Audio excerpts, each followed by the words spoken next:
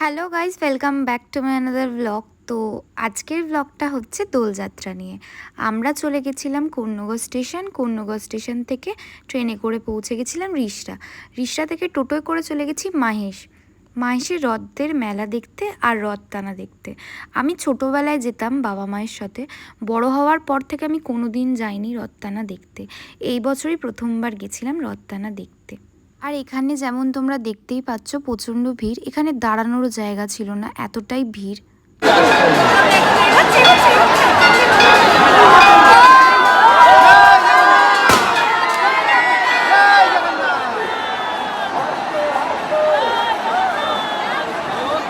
এক থেকে 2 ঘন্টা ওয়েট করার পরে আমাদের সামনেই রথটা আসে। যেহেতু অনেক মানুষের ভিড় হয়, তাই জন্য রথ টানাটা অতটাও সহজ ব্যাপার নয়। ওইখান থেকে ওইটুকু যেতেই অনেক সময় লাগে। আস্তে আস্তে রথ এগোয় মাসির বাড়ির দিকে।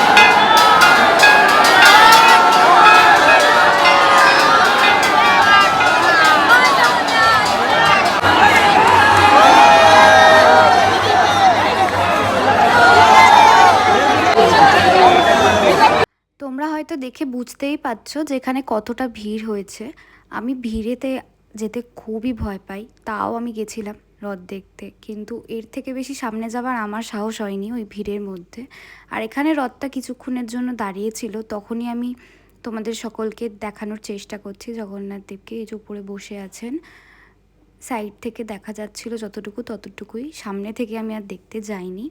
আর এখানে রথের ওপর থেকে সবাই জল ছুঁড়ছিল প্যাকেটে করা, বলা হচ্ছিল যে এটা নাকি স্নানের জল, জগন্নাথ দেবের স্নানের জল।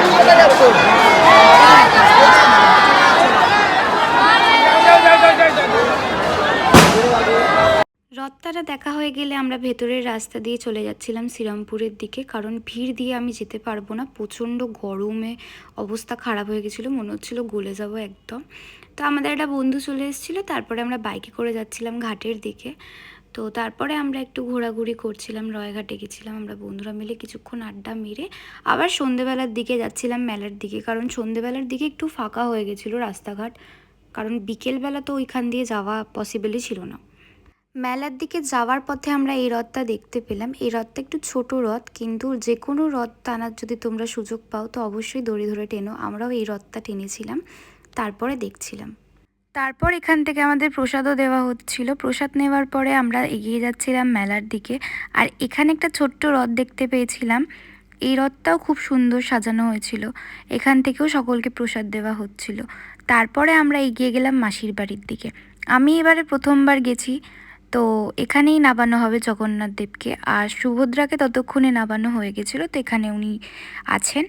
সবাই দর্শন করতে যাচ্ছিল, আমরাও দর্শন করে বেরিয়ে পড়লাম, কারণ জগন্নাথ দেবকে তখনও নামানো হয়নি, অনেকক্ষণ সময় লাগছিল ওনার নামতে। আর এখানে ভিড় জড়ো হয়েছে দেখার জন্য, আমরাও কিছুক্ষণ দাঁড়িয়ে দেখছিলাম।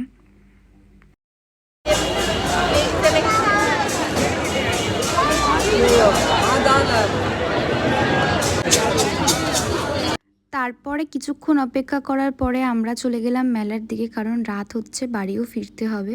আর প্রথমেই গিয়ে দেখতে পেয়েছিলাম এই কাচের চুড়ির স্টলটা, তো আমরা প্রথমেই গিয়ে কাচের চুড়ির দোকানে আটকে যাই। আর মেয়েদের খুশির কারণ হচ্ছে চুড়ি, তো এখানে আমি আমার জামার সাথে ম্যাচিং করে চুড়ি কিনে খুবই খুশি। ব্লু আর হোয়াইট কালারের চুড়ি নিয়েছিলাম, কারণ আমার কুর্তির কালারের সাথে ম্যাচিং করে নিয়েছিলাম। তারপরে আমার বান্ধবীকেও কাচের চুড়ি কিনে দিয়েছিলাম।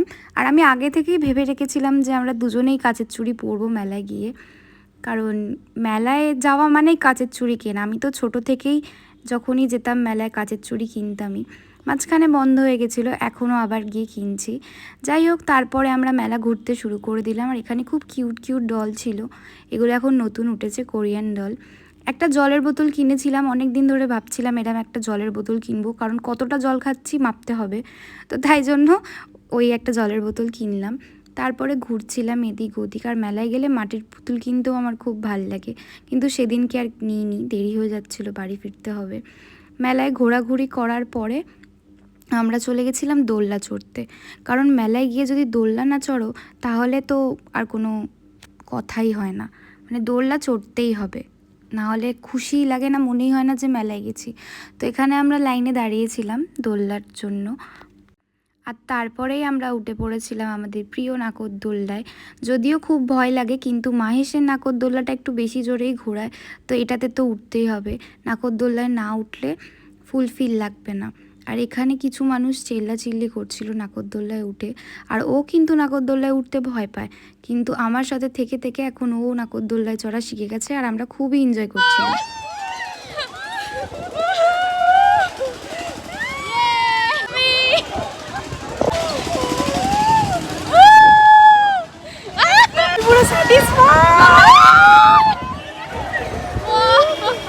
আর এখানে থেকে থেকে নাগরদোলনাটা এমন জোরে ঘোরাচ্ছিল যে সবাই চিৎকার করছিল প্রচণ্ড।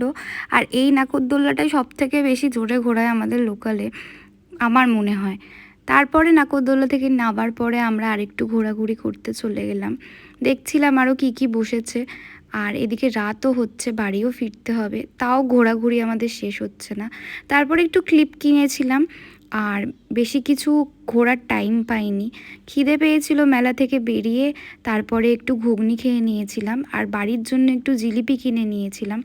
জিলিপি কিনে বাড়ি ফেরার পথেই দেখতে পেলাম এখানে মেলার বাইরে পাঁপড় ভাজা বসেছে। আর রথ মানেই পাঁপড় ভাজা জিলিপি তো খেতেই হবে। তো পাঁপড় ভাজা জিলিপি খাওয়ার পরে আমরা চলে যাচ্ছি বাড়ির দিকে। তোমাদের সাথে দেখা হবে নেক্সট ব্লগে। টাটা।